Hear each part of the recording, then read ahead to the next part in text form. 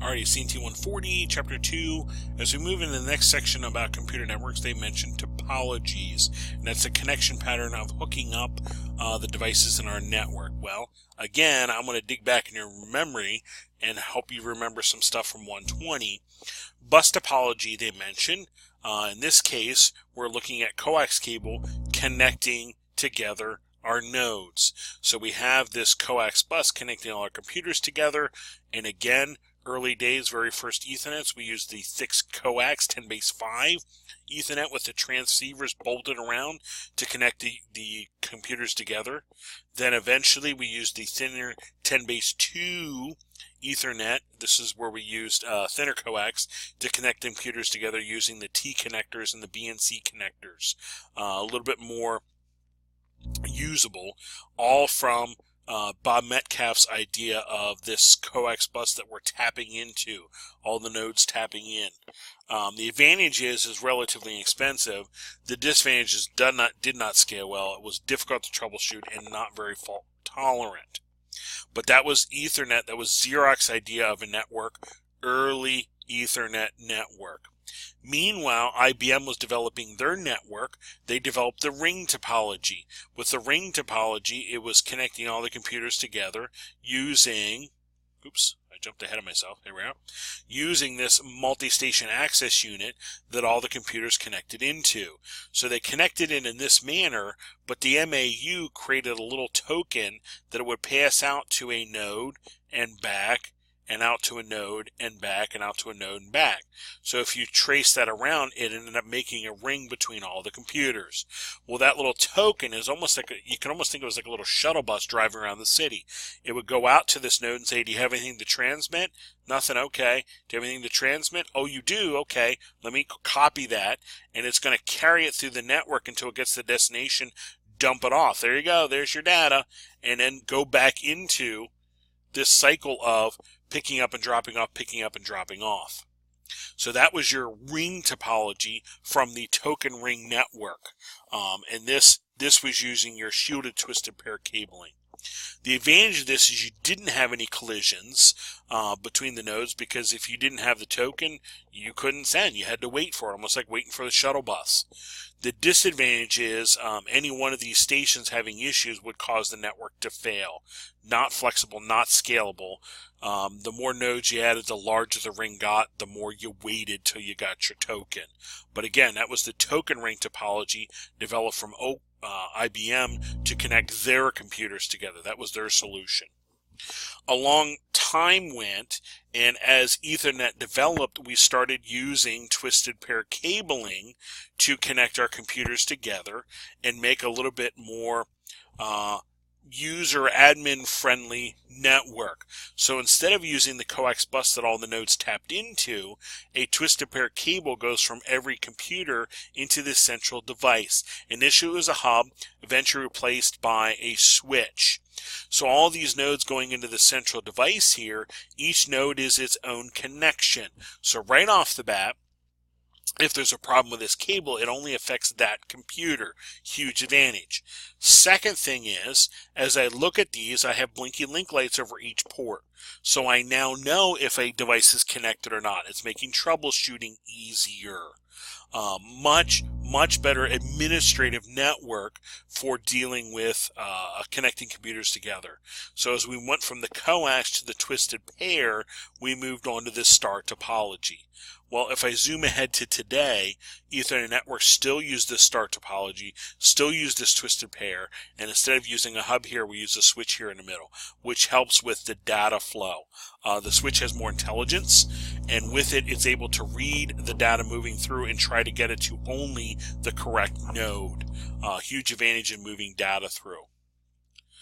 And with that, your star topology, it is more fault tolerant, it is more flexible, it's easier to troubleshoot, but it does require more cabling. And it does have this single point of failure.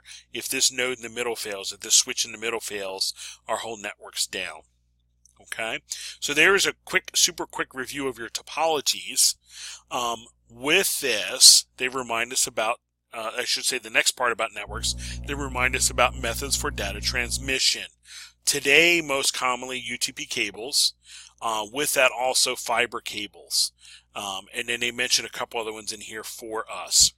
So as we move into our next section, let's talk a little bit about cable being used. Early Ethernet was using coax cable and bus topologies. This coax cable here making bus topologies. Okay. Modern day we use twisted pair star topology. That's what the standards call for. We also want to remember as we start connecting switches together. Okay, as we start connecting switches together, typically the connections between the switches are fiber optic. And I remind you of your backbone connections from 120. If I connect the switches together in this manner, it's a serial or daisy chain backbone. As I connect my devices together in this manner, it's a distributed backbone where I'm using the router here. And if I connect my backbones together this way, it's a collapsed backbone. In this case, all the switches come to a central switch here and then out to the internet. In most cases, all of these inter-switch connections are fiber optic cable. Today, our cabling, pretty much all of it has moved to, as I said, UTP and fiber optic cable, and that's all specified in our TIA 568 standard. The TIA 568 standard calls for networks to be star topology because almost all networks are Ethernet and use a star topology, and to be using twisted pair cabling, and they have categories delineated, and fiber optic. And again, they have types of fiber optic delineated. Well, I'm going to remind you of what we talked about in 120 in Chapter 4 as we deal with cabling in a building. Well, think about how our electrical power is distributed in the house. We have electric lines coming into the house, into electric meter, into electrical panel box, and then electrical lines are run through the wall to outlets scattered around the house. And the idea is the power is being distributed to little connection points that I can connect and disconnect things like my computer, things like my TV, things like my toaster, where I want, but there is distributed power outlets all around my house. Well, the same concept applies when I deal with data in a building. Same idea happens. ISP connection comes in, we use routers and switches, and we start using backbone cabling to get switches on each floor, and then we use twisted pair cabling, go out to little data outlets on the wall, and that allows me to plug my computers into the data outlets. That's the same type of structure that we have for electricity, we do for data in buildings. Same type of structure, and that's all specified in this 568 standard. Okay, that's why we do that. And this also, if I look a little deeper, shows you copper cabling is typically gone from the patch panel out to outlets on the wall, and distance requirements for all of these things. If I start having multi-floor buildings, I'm typically going to have fiber between my closets or between my switches, if you will. Alrighty. They also remind us with our network technologies, the vast majority of our networks are Ethernet. So Ethernet's using the CSMA-CD access method. Hopefully you remember that from 120 as well. To send data on an Ethernet network, we're using the carrier sense multiple access with collision detect, and that works like so. My NIC is going to listen for activity on the network. If it hears any, it's going to wait. So it's going to wait. When it hears no activity, it's going to transmit. It's going to send its data. It'll keep sending and hopefully not hear a collision. So if it does not hear a collision, it's going to be like, okay, I guess it got there. If it hears a collision, it's going to stop transmitting, send a jam signal. It's kind of like a message out to all nodes going, hey, there's a collision. All the nodes are going to wait and then restart this process of listening. When there's no traffic, transmit. Hopefully I hear no collision. It's going to get there. That's how our Ethernet networks work. Hopefully you remember that from 120. They also remind us about our token ring, our dual rings with token ring networks. Now, we'll mention it real quickly. Some WAN technologies use this dual ring network connectivity with two fiber rings. And the idea there is if one fails, the other one's there for immediate backup. That's the idea behind that. Cabling has been standardized. Almost all cabling to desktops are UTP and fiber optic backbones. We've mentioned that a couple different times now. And again, twisted pair out to the desktops, fiber between the floors in a building. That's your typical structure. Again, hopefully you remember that from 120. There's my collapsed backbone. Okay. As I look at my media, thinking back in time, here was traditional phone cabling, RJ11 4-wire. Well, that got developed or adapted into data wiring. Okay, so with data wiring, twisted pair is kind of an evolution of what we had for phone. So with this, we have twisted pair cabling. The pairs are twisted together, as we said, to reduce electromagnetic interference and crosstalk. And the EMI, or the electromagnetic interference from these, should not be affecting other data signals. That's the idea behind that. That's part of the idea of a balanced transmission. The wires are encased in a sheath as outer protection, typically PVC. That's just polyvinyl chloride plastic that can be toxic when it burns. So if cabling is installed above the ceiling, hopefully you remember above the ceiling is a plenum space. If it's installed above the ceiling, a plenum rated cabling needs to be used. A plenum rated cabling is typically polyethyl-tetrafluoroethylene, I think is the type of plastic here.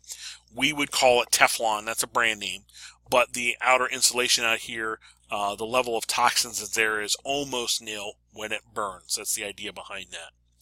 The twisted pair cabling is rated in categories. The categories tell you about the structure of the cable and what it's capable of carrying. Hopefully you remember that from 120 as well. When I look at phone cabling, it's not twisted. As I look at Category 3 cabling, it's a slight twist. So as I move to Category 3 cabling, its structure is able to support up to 10 meg.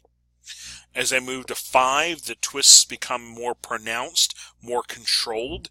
So because of that, the structure cable is able to handle more bandwidth. It's able to handle a greater signal across, so able to handle more bandwidth, up to 100 meg and gigabit. As we move to Category 6, there is a separator put down the middle. This is a little plastic divider, kind of reminds you of a plus sign, keeping those wire pairs separated. With that, I'm able to achieve up to 10 gig signals across there. As I move into Category 7, each wire pair is shielded, then they're shielding around the whole cabling. That is to keep, again, interference from affecting the signal, and the signal in here from affecting neighbors. With that, I'm able to achieve 10 gig, and hopefully they're working on 40 gig with this as well. Okay. Our termination with these, RJ45. This is your module 8-pin connector with our twisted pair cabling. The pros of this, it is expensive, flexible, easy to install. Hopefully you remember when we did our 120 patch cable lab, it was relatively easy to terminate that. The downside is you don't have great distance. You only can go 100 meters with a twisted pair cable before the signal needs to be repeated.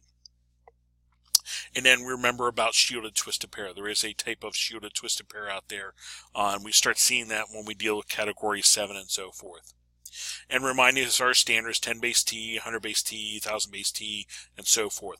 Hopefully remember those from 120 as well. Okay. Termination of our twisted pair cabling, standardized by our T568 standards, 568A and B color codes. Again, all derived from phone networks and AT&T over time. Thank you very much for having that. And there's just again some more 568A and B color codes for you to remember your termination. They remind us about this balanced transmission thing, which I said before. That was the whole twisting of pairs together, keeping a balanced transmission of sending our signals. And then again, they remind us about our closet structure, which I've showed you a couple different times now. And there is that closet structure here. Cable coming in from ISP, backbone out to the switches between the floors, twisted pair cabling out to the outlets on each floor for the computers. And there is the rest of Chapter 2 for you. Keeping in mind what we're trying to get out of this is these different types of cables, cable technologies, and how they develop. We're going to be using that as time goes on and we start to cable our buildings and also to terminate all of these different types of connections.